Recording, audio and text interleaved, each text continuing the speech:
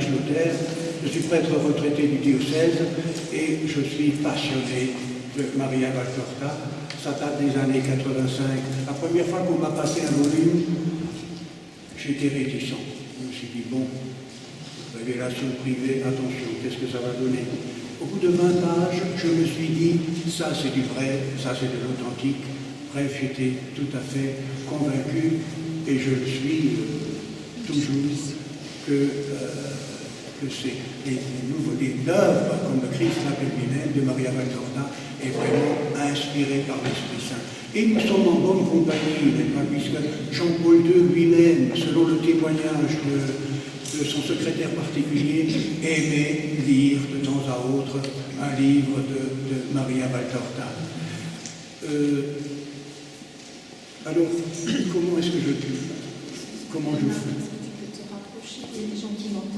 Ah voilà. Je ne parle peut-être, bon, je peux parler plus fort. Hein. J'ai beaucoup recours à ce petit calendrier qui est publié dans Chrétien Magazine, où vous avez une colonne, le texte, l'évangile du jour, et en face, le texte de Maria Valtorta.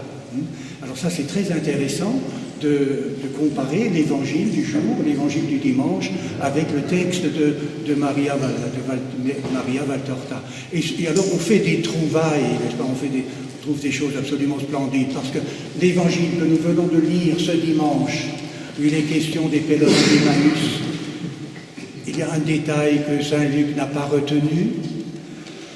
D'ailleurs, saint Jean Chrysostome le dit, il a vécu au IVe siècle. Il dit, les évangélistes n'ont pas pu retenir tous les détails des paroles du Christ et de toutes les descriptions. Or, dans l'évangile d'aujourd'hui, tel qu'il est rapporté dans Maria Valtorta, les deux disciples, non seulement invitent le pèlerin, un encore connu, lui donne l'hospitalité, mais il lui offre une bassine d'eau fraîche pour qu'il puisse se rafraîchir les pieds. C'est quand même magnifique, non? Voilà un petit détail qu'on admire. Hein. C'est vraiment un peu la réplique du Jeudi Saint, où c'est le Christ qui a lavé les pieds des disciples, et là, c'est des disciples, en quelque sorte, qui offrent l'eau de rafraîchissement au Christ. Et alors, c'est un trésor, c'est vraiment une richesse spirituelle inouïe, et ça ne détourne pas de l'Évangile, ça permet de le goûter encore plus et de découvrir. Le Christ le dit, hein, le Christ le dit à Maria Valtorta, les évangélistes, il dit même, c'est un squelette, n'est-ce pas, le récit de l'Évangile, c'est un squelette par rapport à tout ce que j'ai dit, par rapport à tout ce que j'ai fait. Voilà, et là, on ne va pas mettre en concurrence l'évangile qu'on appelle canonique et les textes de Maria Valtorta. Le texte de Maria Valtorta, moi j'appelle ça une grâce merveilleuse que le Christ a voulu faire. Là, c'était le XXe siècle, hein, puisque ça date des années 1945-50. Une grâce formidable, merveilleuse que le Christ a fait à notre temps pour remédier aussi à la détresse spirituelle dans laquelle nous nous trouvons. Alors, un petit moyen pour travailler vous-même. Comment j'ai fait? J'ai ouvert un cahier assez épais, j'ai mis les lettres A, B, C jusqu'à Z, encore que le Z ne sert pas beaucoup. On laisse 3 ou 4 pages. Par exemple, A, le mot amitié, et quand vous trouvez un texte qui parle de l'amitié, vous mettez la référence, peut-être une phrase, et puis la référence, volume un tel, page une telle, et ainsi de suite. Hein. Et c'est ainsi qu'on trouve vraiment, par exemple, le mot, alors c'est le mot calice.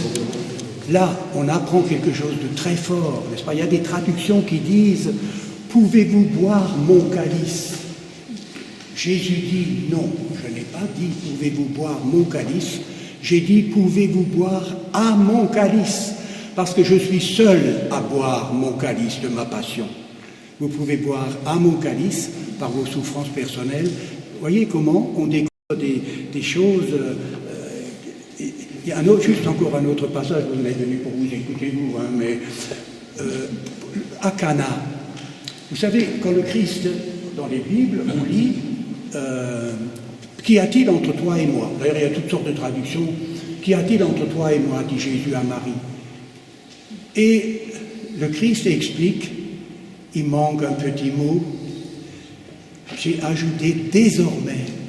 Qu'y a-t-il désormais entre toi et moi?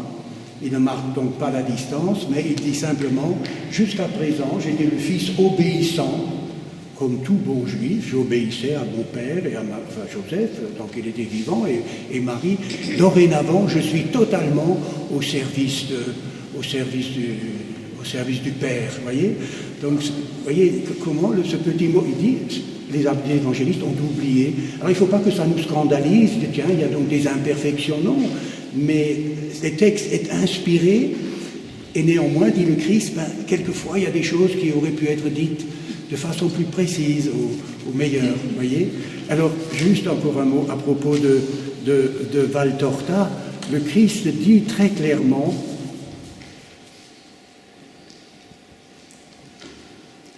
quand tu ne seras plus de cette terre, viendront se rassasier du pain de la parole que je t'ai donné pour tes frères et sœurs.